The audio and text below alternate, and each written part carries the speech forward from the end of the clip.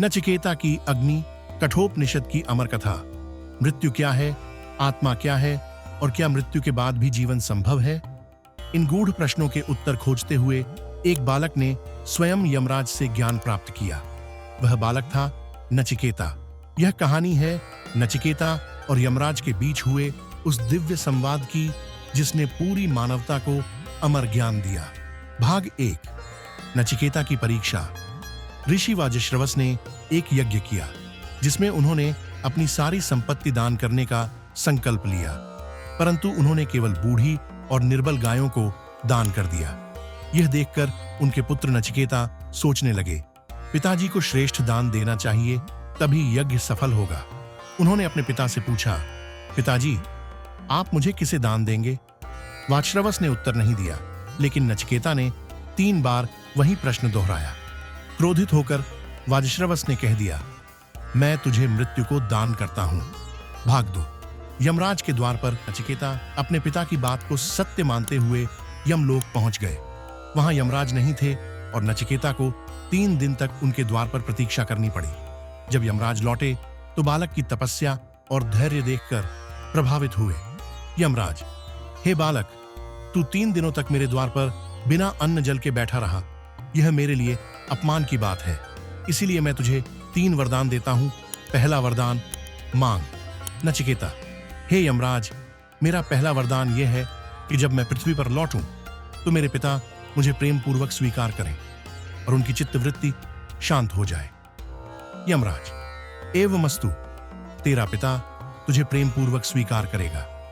अब दूसरा वरदान मांग। नचिकेता, मैं वह अग्नि विद्या जानना चाहता हूं जिससे स्वर्ग प्राप्त होता है।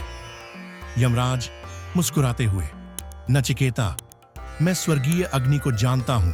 यह अग्नि अनंत लोकों की सत्ता प्राप्त करने का साधन है, सत्ता का आधार है और सभी प्राणियों के हृदय गुफा में निवास करती है।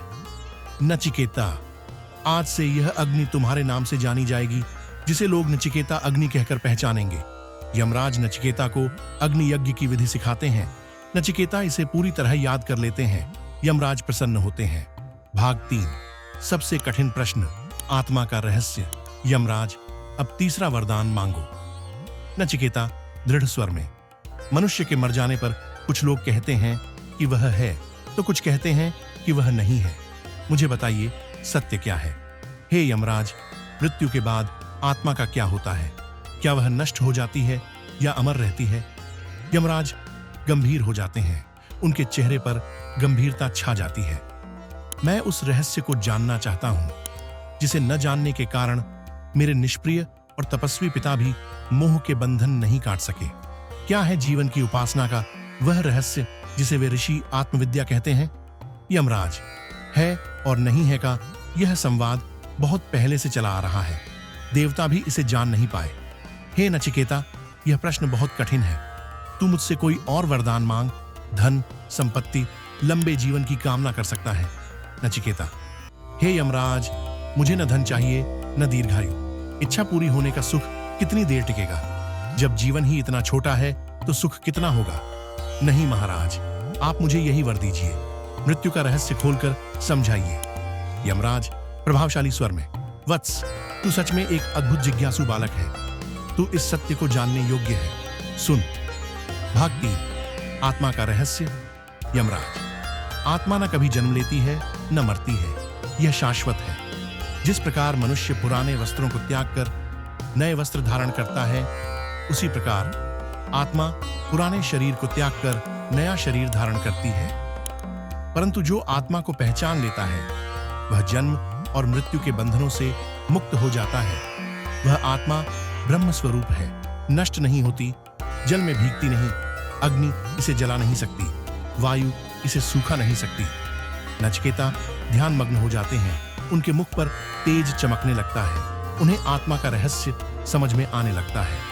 नचिकेता गंभीर स्वर में, हे यमराज, मैंने अब आत्मा के रहस्य को जान लिया। अब मुझे कुछ भी भय नहीं, न मृत्यु का न जीवन का। यमराज प्रसन्न होते हैं। वे नचिकेता को आशीर्वाद देकर पृथ्वी पर भेज देते हैं। नचिकेता मोक्ष के मार्ग पर आगे बढ़ते हैं। अंतिम संदेश। यह कथा हमें सिखाती है कि सत्य की खोज में धैर्य, समर्पण और अटल निष्ठा आवश्यक है। मृत्यु का भय केवल अज्ञान का परिणाम है। जो आत्मा को जान लेता है उसके लिए जीवन और मृत्यु समान है। आत्मा शाश्वत है, मृत्यु केवल शरीर का अंत है, आत्मा का नहीं। जो इस सत्य को समझ लेता है वह भय से मुक्त हो जाता है। क्या आप भी आत्मा के रहस्य को समझना चाहते हैं? तो इस वीडियो को लाइक करें, शेयर करें और हमें कमेंट में बताएं कि आपको यह कथा कैसी लगी। धन्यवाद।